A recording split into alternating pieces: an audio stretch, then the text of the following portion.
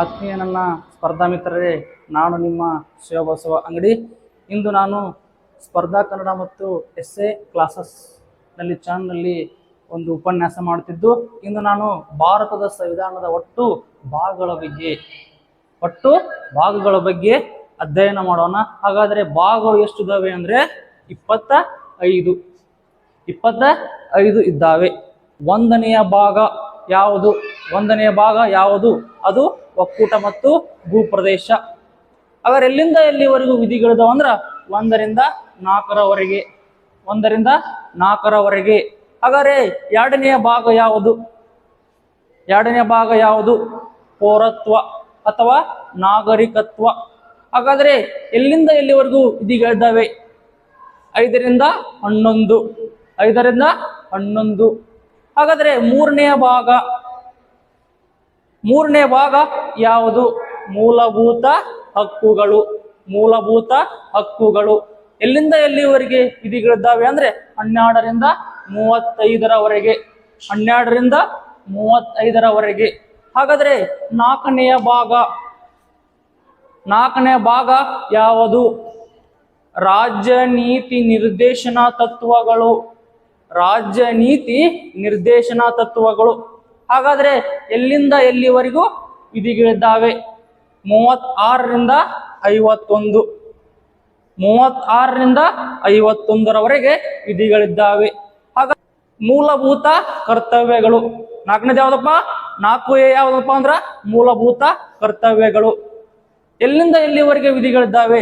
51A ಇಂದ 51AK. 51A ಇಂದ 51AK. ಹಾಗಾದ್ರೆ 5ನೇ ಭಾಗ ಯಾವುದು? ಆತ್ಮೀಯ ಸ್ಪರ್ಧಾರ್ಥಿಗಳೇ, 5ನೇ ಭಾಗ ಯಾವುದು? ಕೇಂದ್ರ ಸರ್ಕಾರ. ನೆನಪಿಟ್ಕೊಳ್ರಿ, ಕೇಂದ್ರ ಸರ್ಕಾರ. ಎಲ್ಲಿಂದ ಎಲ್ಲಿವರೆಗೂ ವಿಧಿಗಳಿದ್ದಾವೆ? 52ರಿಂದ 151. ಹಾಗಾದ್ರೆ 6ನೇ ಭಾಗ ಯಾವುದು? ಅದೇ ರಾಜ್ಯ ಸರ್ಕಾರ. ಹಂಗಾರೆ ಎಲ್ಲಿಂದ ಎಲ್ಲಿವರೆಗೂ ವಿಧಿಗಳಿದ್ದಾವೆ? 152ರಿಂದ 237. ಹಾಗಾದ್ರೆ 7ನೆಯ ಭಾಗ ಯಾವುದು? ದೇಶೀಯ ಸಂಸ್ಥಾನಗಳು. ಇದನ್ನ ಏನ್ ಮಾಡಲಾಗಿದೆಪ್ಪ ಅಂದ್ರ ರದ್ದುಗೊಳಿಸಲಾಗಿದೆ. ಅಂದ್ರ ಈ ಭಾಗವನ್ನ ರದ್ದುಗೊಳಿಸಲಾಗಿದೆ. ಅದು ಎಷ್ಟನೇ ವಿಧಿಯಪ್ಪ ಅಂದ್ರೆ 238ನೆಯ ವಿಧಿ. ಹಾಗಾದ್ರೆ 8ನೆಯ ಭಾಗ ಯಾವುದು? 8ನೆಯ ಭಾಗ ಯಾವುದಪ್ಪ ಅಂದ್ರ ಕೇಂದ್ರಾಡಳಿತ ಪ್ರದೇಶಗಳು.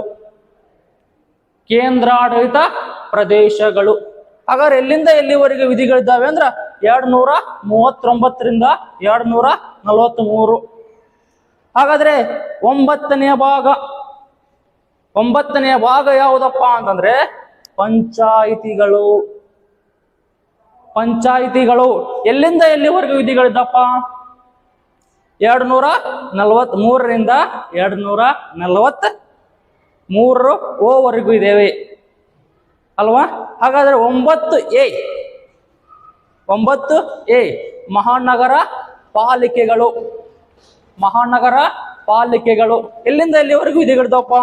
243 P ಇಂದ 243 ZG ಇಂದ ಅದ್ದಾವೆ. ಹಾಗಾದ್ರೆ 9B ಯಾವುದಪ್ಪ ಅಂದ್ರ ಸಹಕಾರ ಸಂಘಗಳು. ನೆನಪಿಟ್ಕೊಳ್ರಿ, 243 ZH ಇಂದ 243 ZT ವರೆಗೂ ವಿಧಿಗಳಿದ್ದಾವೆ. ಹಾಗಾದ್ರೆ 10ನೇ ಅನುಸೂಚಿ ಯಾವುದು? ಅನುಸೂಚಿಗಳ ಮತ್ತು ಬುಡಕಟ್ಟು ಪ್ರದೇಶಗಳು. ಹಾಗಾದ್ರೆ ಎಲ್ಲಿಂದ ಎಲ್ಲಿವರೆಗೂ ವಿಧಿಗಳಿದ್ದಾವೆ? 244. ಹಾಗಾದ್ರೆ 11ನೇ ಭಾಗಕ್ಕೆ ಹೋಗೋಣ.